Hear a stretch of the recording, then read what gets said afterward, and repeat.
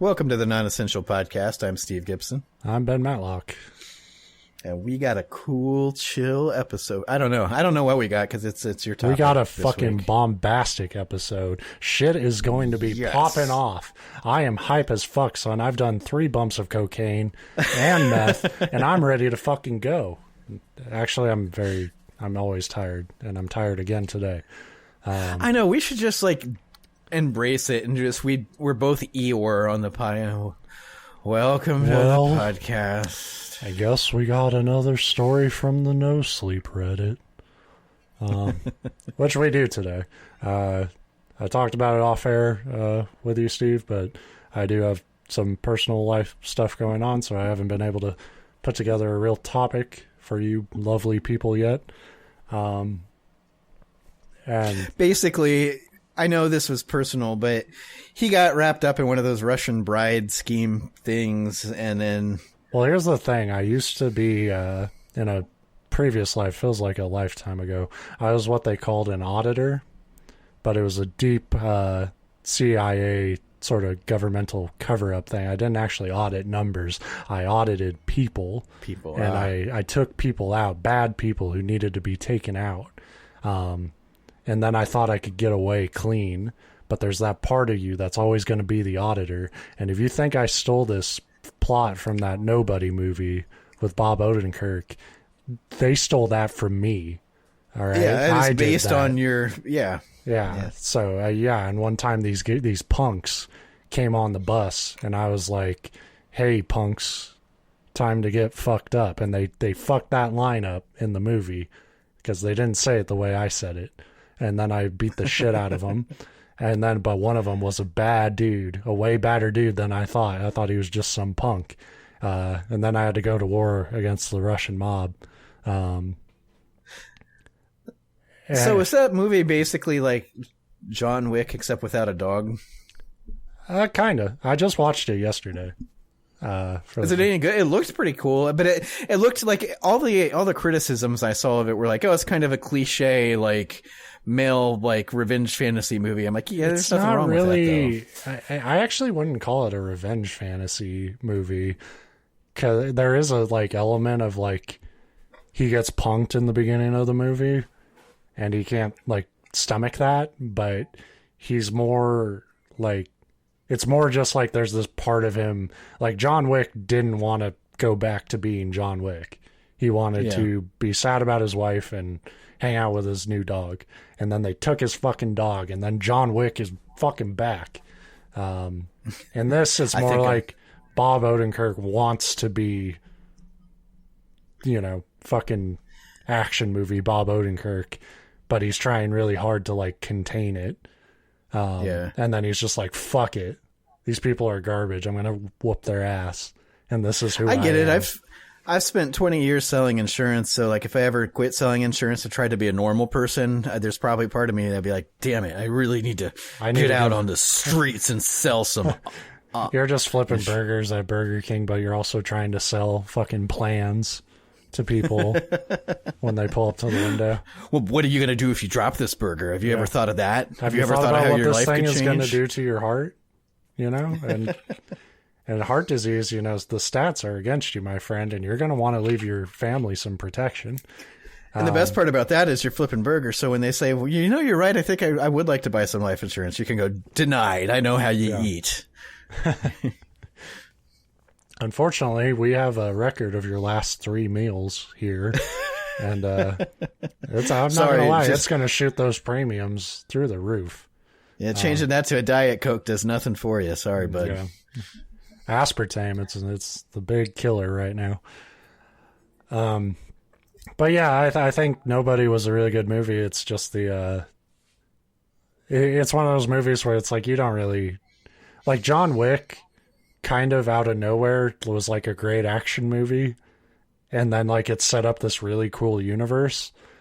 This one doesn't set up as cool of a universe, so you kind of just just get to the next fight scene, because those are badass. Yeah.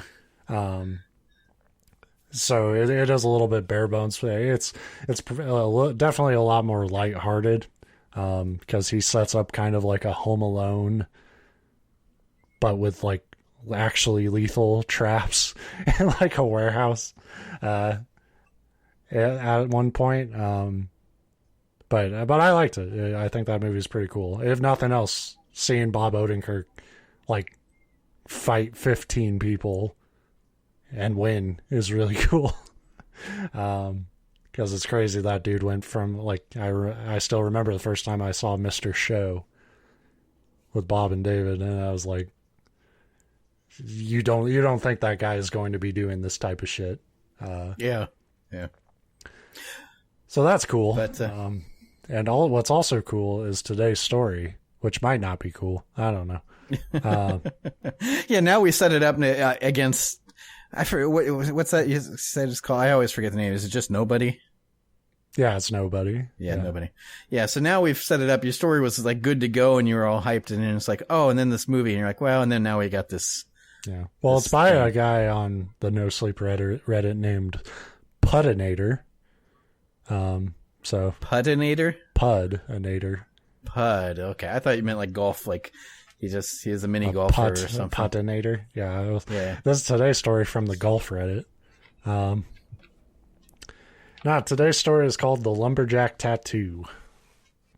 It is always an anxious wait as you brace yourself for the pain of the tattoo needle first touching your skin. Right off the gate, that's not really true. I only have one tattoo, and it was super chill. Like I was wondering if it would hurt, I guess, the first time, but now that I know how it feels, it's not that bad.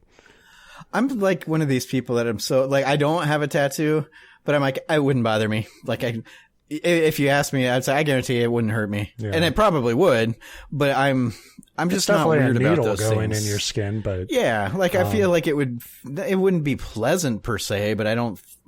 It doesn't bother you. And it's worth what you're doing. Yeah, and granted, I get that different parts of your body are more painful than others to tattoo, but yeah, if you're getting a lumberjack tattoo on the back of your hand, I guess that'll hurt.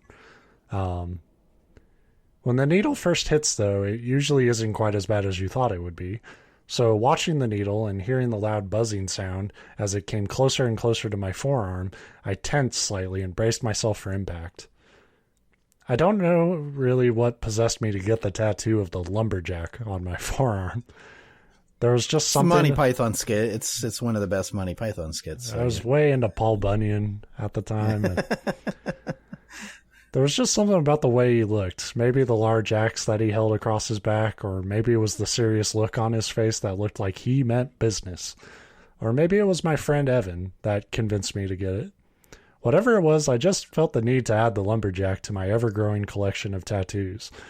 I decided to get him tattooed on my forearm as I had previously gotten a small tattoo of a small orchid of trees, and I thought that the lumberjack would be fitting to be placed near them. He was also near another of my 3 tattoos, the astronaut, the mermaid, and the small alien head that I had tattooed one night when I had probably had too much to drink. But the lumberjack seemed at home among the crazy cast of characters that were already on my arm. That sounds like a really weird sleeve he's building. It's the kid from Toy Story, just getting all his childhood favorites. Like, I really want to get a second tattoo soon, but I'm a little bit limited because the tattoo I got is on my forearm and it's a bloodborne tattoo, and like I can't just put a fucking lumberjack by that, you know. I think you could. Just like you would have to be an alien lumberjack or something. I've always said, like, if I ever got a tattoo, and it wouldn't be like, because I know you don't just sit down and get this at once, but like the only one that I'm really interested in is like the kind of the half sleeve, but like up onto your shoulder, then down to about mid arm, or even, you know, fuck it, go full arm. If you I'm just have the money and with the time. Like a Samoan tribal tattoo. Pretty much, but I wouldn't do that because that's I'm the whitest like Central Ohio guy you can find. That seems unjustified. But that's the thing with the sleeve tattoo is I think those are the coolest ones. But you have to have a certain level of like badassery or fitness at least. I think to get us like right now, if you did it on my like floppy bingo wing arms, it would just be sad. I think not impressive. Yeah. But now I'm thinking, like, if I ever do get in shape and go to get a sleep, I'm just going to have, like, random, like, I'll start with, like, maybe a garbage truck man, you know, a garbage guy collector. And then, like, I don't know, just, like, get random professions like this person's doing. Like, did you ever, when you were in school, did you ever have to hear the story about Paul Bunyan? Yeah. It's like, me and my friend at work were talking about that, and it's like the saddest fucking story, man. Like, there was in third grade, we had to talk about all these, like, American myths. And there was Paul Bunyan, who, like, he went up against, like, the evil corporate machine axe, like, fucking tree chopper machine, and he lost. And he went off into the woods just sad. And everybody, like, patronized him and just sang sad, like, poor Paul.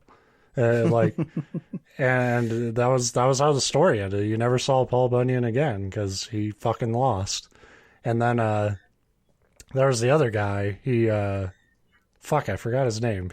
I just had it because that's what I started thinking of, because I forgot the ending of the Paul Bunyan myth. I just remember him and his ox and whatever. He took his ox. He's like, I'm gonna just go fuck my ox in the woods. Was it John Henry or something like that? And he drilled the railroad tracks, or hammered in the railroad pins. He won, but didn't he die afterwards? Yeah, he won, like, but he fucking died, man. Yeah, like, what the fuck? American myths fucking sucked. Well, it's because they need to quit politicizing our myths. We get it, corporations are bad, blah, blah, blah. Stop adding politics into my tall tales. Yeah. Even though historically that's 100% what tall tales and myths are for. Yeah. But anyway, yeah. But the Lumberjacks seemed at home among the crazy cast of characters that were already on my arm. When the tattoo needle hit my arm, the pain wasn't as bad as I remembered it. There's something about pain where you can't quite remember it once it has passed. So I was relieved that the pain was quite tolerable, and only an hour or so later I had a fresh tattoo of the lumberjack in the center of my forearm, just below the tattoo of the trees.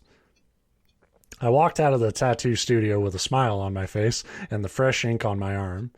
Evan had waited for me out in the foyer of the studio, and he seemed to like my new tattoo too. "Whoa, that looks dope," he said to me when he saw the lumberjack on my arm. "Definitely fits in well with your other tats." He was being very sarcastic. I imagine. And I'm also curious then, like, was this just... Because I don't know, like I said, I've never gotten a tattoo, but I've seen TV shows and stuff where you can go in and they have just, like, books of stuff you can pick out. So they just had a lumberjack, like, just in case. I could probably go to a tattoo parlor right now and there would be a lumberjack in their book. Like, that's believable. People get all sorts of wild shit. So, like, we're talking about it and I'm like, I would want to get shit that was, like, at least on my left arm, I would want it to be tonally appropriate for my other tattoo. But other people are more haphazard about it, and they're like, I'll just put whatever the fuck looks cool at the time in a spot that's open. Yeah. And that's what's cool about tattoos. You can really do whatever you want. I was going to say both can work. I have seen where I think you do need to plan a little bit of, if not a theme, at least plan your, like, spacing and location, because I have seen sometimes where it's just like random tattoos in random places and it looks a little whatever. But at the end of the day, and this is something that a lot of people need to remember too, your tattoos aren't to please me, they're to please you. So it doesn't really matter if I like what you got or where you got it. Yeah. So, and yeah, it's yours. And yeah, tattoos are awesome. I was happy with my new ink too, and for the rest of the day, I couldn't help but keep staring at the rugged man on my arm. I assume they meant rugged, but I like rugged. Yeah. I washed it and did everything that you were supposed to do with a fresh tattoo, and I even changed the sheets that night just to make sure I didn't get it infected. I propped my arm up onto a pillow once I had hopped into bed, as I didn't want to accidentally sleep on the tattoo all night. That is a true, like, worry of mine. That's the part of me, for me, that it seems like the pain of the tattoo. And again, I'm not saying like, oh, I'm like this, like the world's toughest guy, but I tend to deal with that kind of pain pretty well. I'm the guy that like watched him lance my infected fingernail, like without it being fully Yeah. numbed. So yeah, but it's all this stuff after the fact that sounds awful to me. Like So it doesn't really hurt that much. It feels like it's scar tissue building. Like, it's going to scab up a little bit and stuff. The thing you're always worried about is like, it's still kind of open, especially after the first day, and you don't want like ink to get everywhere, and you hope you don't like mess it up. But it's usually most of the time it's like if you worry about it too much, you'll be fine because it's actually pretty fail safe. Otherwise you'd see way more people walking around with just like a splotch of ink where they fucked up their and it does tattoo. It's not like that because the way the needle works, it's like that's pretty much inside you, so there will be ink kind of like sipping. This is making it sound gross, but it's kind of like seeping out, but it's like kind of scabbing up too, so your tat like the first week or so looks kind of weird. And you're just waiting for it to kind of heal over. And then like how it looks for the next couple days is not how it's going to look, a week later. But you do worry about it. You do worry you're going to fuck it up in your sleep. I must have slept well that night because the next thing I remember is waking up the next morning, looking down at my arm and seeing that it was still resting on the pillow. I got out of bed, went to the bathroom, and turned on the shower. I knew that the hot water of the shower was probably going to sting a bit, but I prepared myself for it as I hopped into the stream of warm water. It stung a little bit, like the feeling you get when you shower after being badly sunburnt, but it was definitely bearable. I finished my shower, and as I was reaching for my towel, I noticed something. The tattoo of orchid of trees was different. In the background of the massive trees, there was a small tree stump. I could have sworn that I hadn't ever had a tree stump tattooed on me before, but there it was, in the middle of the forest of trees. A lonely stump. I like that there's a little bit of unsureness, though. Like, I didn't think there was this stump that on this tattoo that I've had for a long time, it sounds like. I love that you just coincidentally, like, had... This only works if you have a forest tattooed on you. Right. Somewhere. Otherwise, the lumberjack would just be sort of looking around like... shit. What do I do? I didn't really know what to do. How could my tattoo just change like that? Surely I was going a bit mad. Surely there had always been a tree stump there, but I just didn't notice it. I decided to call Evan and ask him. He was there when I got the tattoo done, and so surely he would know about this mysterious stump. I dialed his number, and after a few rings, he picked up the phone.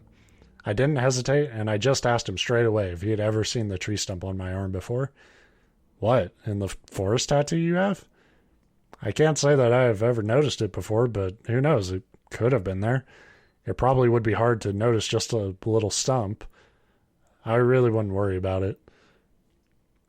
I would probably worry about it, honestly. Yeah. Like I said, you should be relatively familiar with... Like, even if I get that you probably don't sit and like study your tattoo every day after you've had it for a while, but when you first get it, you do. You look at it a lot. Yeah. And because like we said, it's a tattoo's for you. So unless you get it somewhere where you can't see it on the regular, you're looking at it all the time. Yeah, right. And you definitely would notice if there was if something had changed or there was a new spot. But then Evan's a total bro, and he's like, he's just being like, fuck, it could have been there. We were pretty high. Well, but I mean, if I had a friend that's like, Colin's like, hey, I know you, like, how closely do you study my body all the time? We're buds, right? I'm like, I really don't. Intimately, my friend. Yeah. While you're asleep. Sleep, yeah. I've run my finger over that tattoo multiple times. I've never noticed I actually added the stump while you were asleep one night. Yeah. If I was a tattoo artist, I would do that shit to my friends probably. Just make them think their arm is haunted. You'd have to get some chloroform or something. I imagine, like we talked about, that it may not be the most like awful, painful experience in the world, but I'd imagine you wouldn't sleep through it between the noise and the sensation. Oh, it's agony. You draw one line a night. It's pretty loud. I guess, but the pain actually, you would probably swat it like if anything. That would be the hardest thing is you'd either jerk or you'd swipe at it. But I guess these guys sound younger. I assume guys. I don't know that they've established a gender on the protagonist yet. No. But these people sound younger, and I guess back in those days we used to drink a lot, and so I could see that. You have a good bit to drink and then kind of pass out / go to sleep. Cock on their forehead. Yeah. Just funny jokes. And then you film it and call it something like Ass Jack or something. Tattoo Ass Jack on them. I like that. So that'd be a good Twitter handle. Evan was probably right. There probably wasn't a cause for alarm. It has probably always been there in amongst the trees. It must have been, right? I tried to push the thought of the tree stump out of my mind for the rest of the day. But no matter how hard I tried, I kept on looking down and staring at the stump of wood on my arm. That night, I once again propped my arm up on the pillow, and even though it wasn't overall comfy, I soon managed to fall asleep. I had a strange dream that I was a tree in a forest and that there was someone coming to chop me down. I could hear the man approaching, his large axe resting on his back. He would take a step closer to me, and with each step he took, I could see his grip tightening on his axe. He was almost next to me now, and I could see him lift the axe off his back as he readied himself to swing it towards me. I saw the sun glint off the axe as he swung it towards me, and just as it was about to hit my wooden trunk, I suddenly woke up. I was covered in sweat, and my breathing was heavy and loud, but I was just glad to be awake and be out of that scary dream.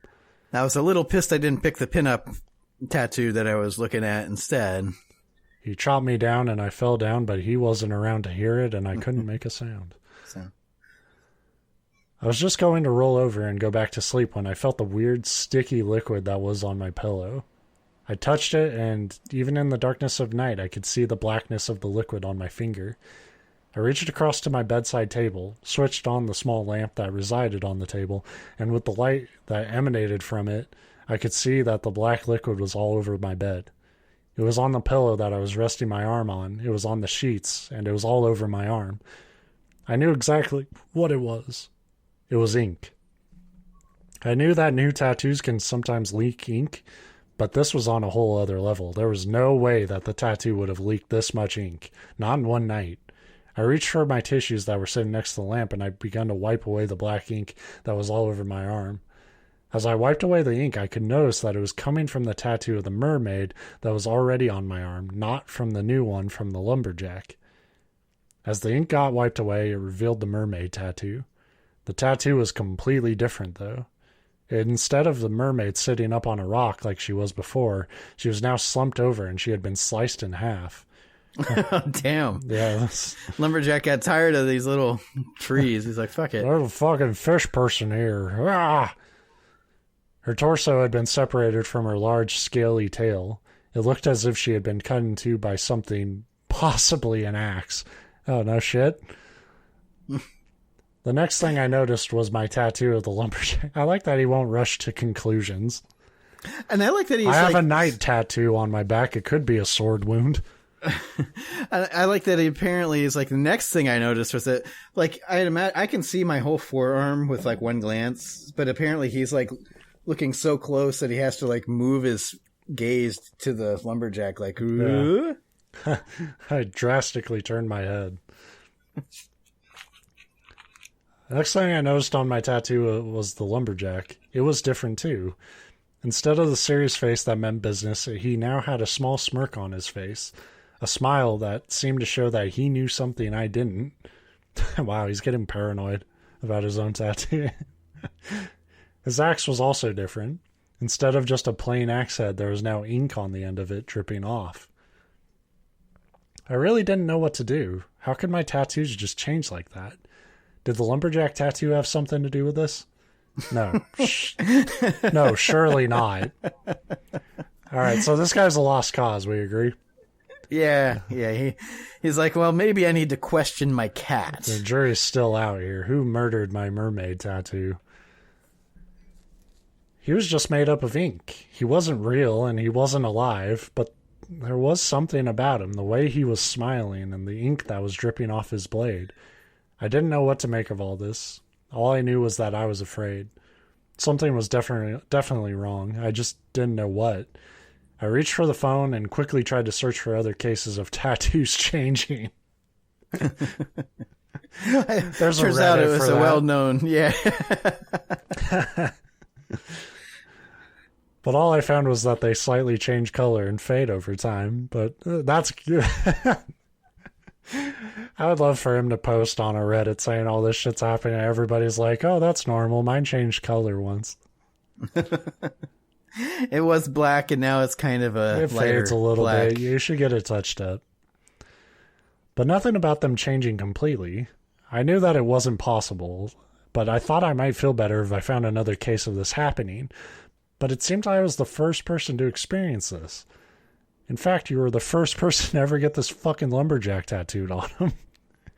I like that he had to Google it. Like, has anybody else ever had living tattoos? It's like, I think I'm feeling lucky.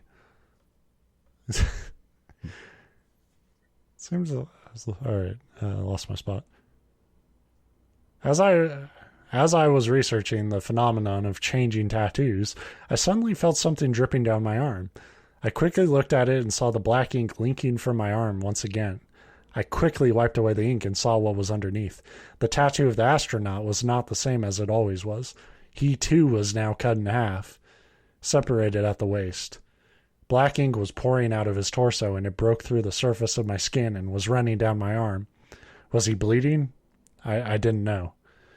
After seeing the slaughtered astronaut, my attention rapidly changed to the lumberjack. I looked down at where the lumberjack should be standing, but he was no longer there. Where I had him tattooed onto my arm was now nothing but blank skin. There was no sign that I had ever had a tattoo in that spot. I began to freak out. How could a whole tattoo just disappear like that? It just wasn't possible. At least he can get his money back. You walk back in and be like, look, you clearly did not tattoo a lumberjack on my arm. It wiped off. You gave me one of those fucking bubblegum wrapper fucking tattoos that you put on with water. It's not right. I began to freak out. How could a whole tattoo just disappear like that? It just wasn't possible. I continued to stare at the blank patch of skin, unsure of what I should do next. That's when I heard my phone ringing. The ringing sound brought me back to reality, and I picked up my phone, saw that it was Evan ringing, and so I answered the call. Before I could even say anything, Evan began to speak. His tone seemed to indicate both fear and confusion. You will never guess what just happened. I don't know how it happened or how it is even possible, but you know that tattoo on your arm? That lumberjack? It just cut me in two. Well, I'm dead now. Well, I've just woken up and found it tattooed on me. The end. So it's a traveling lumberjack. Now it is. It's a serial killing. I think it is Paul Bunyan. Like he lost his job chopping down trees. He's like, fuck it. I'm going to go ruin tattoos one at a time. Imagine how, like, I'm not like justifying it, but it can be hard to get certain jobs if you have tattoos. Like, it shouldn't be that way, but it is. Yeah. But imagine how much harder it would be to get a job if you have tattoos of, like, bisected mermaids and astronauts on your arm.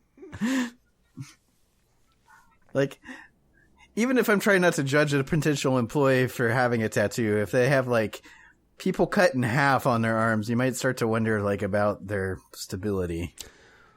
I don't know. Especially when you ask, like, okay, just, this has nothing to do with the job. I'm just curious, like, why do you have a slaughtered astronaut and a slaughtered mermaid on your arm? And when the guy goes, well, you see, it's a long story. Yeah.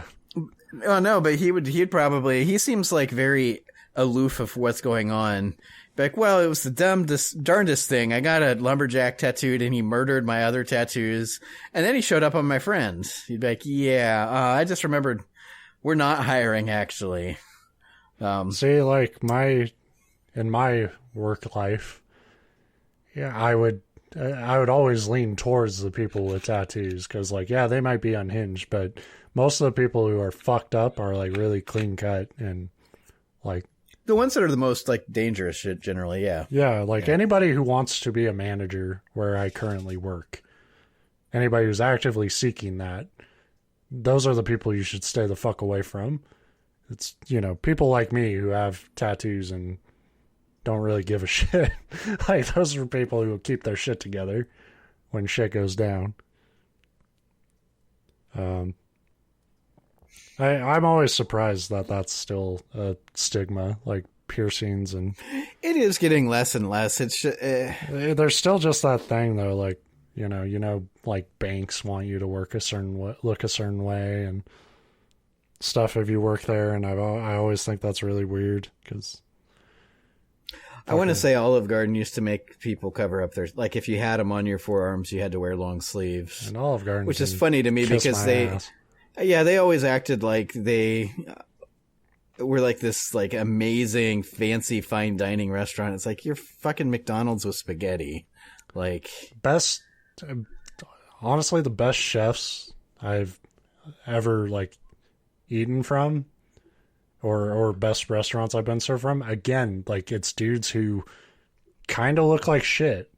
You know? Oh yeah, the whole restaurant industry is like men and women that are what like the fuck they're doing and make good food. But they're on meth or coke while they're cooking it, and they're covered in tattoos and. Well, like, yeah, it's, I mean, I genuinely believe, like, you know, cooking's an art form. And so, you know, the people making your food are artists.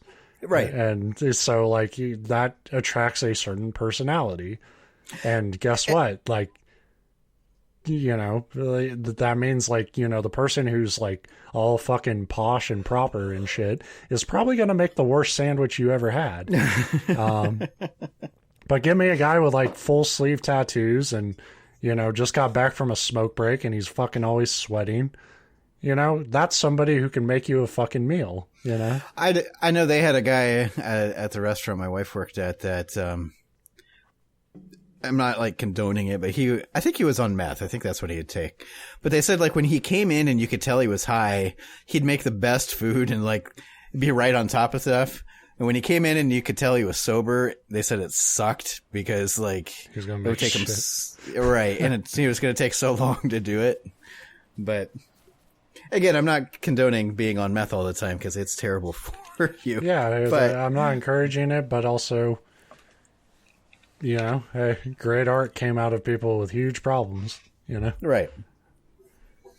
But just the way things are.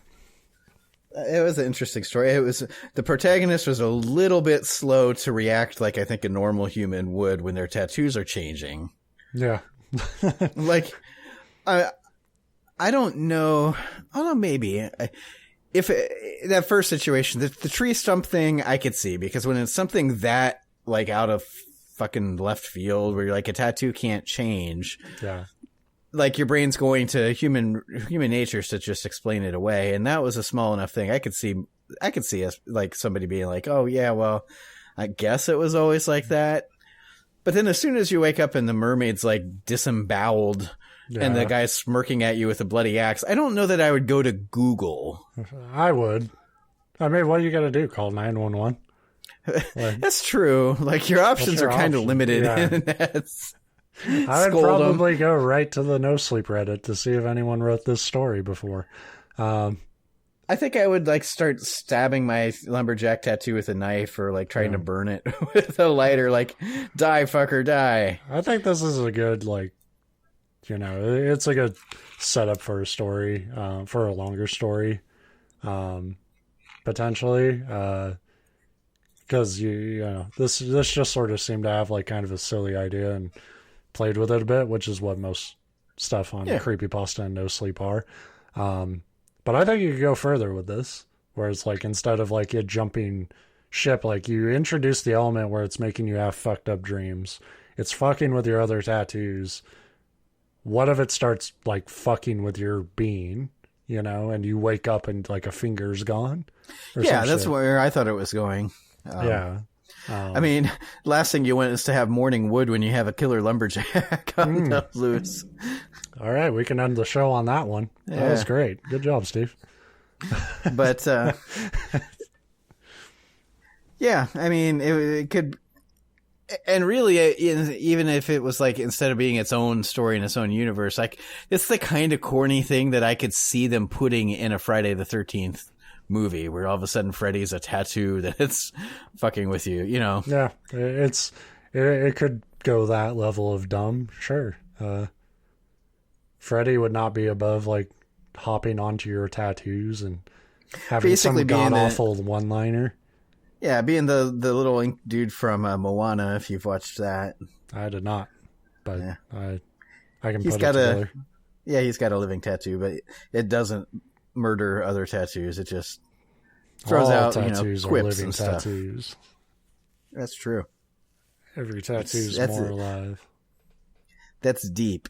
Yeah. Fuck yeah. Hey, hope you guys enjoyed the show. I sure didn't. Yeah. Now I'm gonna have tattoo terrors all night. And we'll probably be back next week. Who knows? Fucking hurricanes these days. Who can say? Yeah, that's the top of my concern is hurricanes.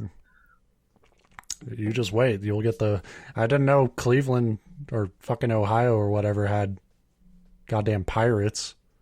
Mm-hmm. If you have pirates, you can get hurricanes, friends. Finding that out, like it didn't surprise me, but it gave me new aspirations in life. Like to be a pirate. It's like I don't have to. Yeah, I don't have to move to the Caribbean to be a pirate. I can do it right here at home in Ohio. Yeah, man. And it's even better because I'm nowhere. I'm actually like almost 3 hours away from the Great Lakes because I'm in Central Ohio.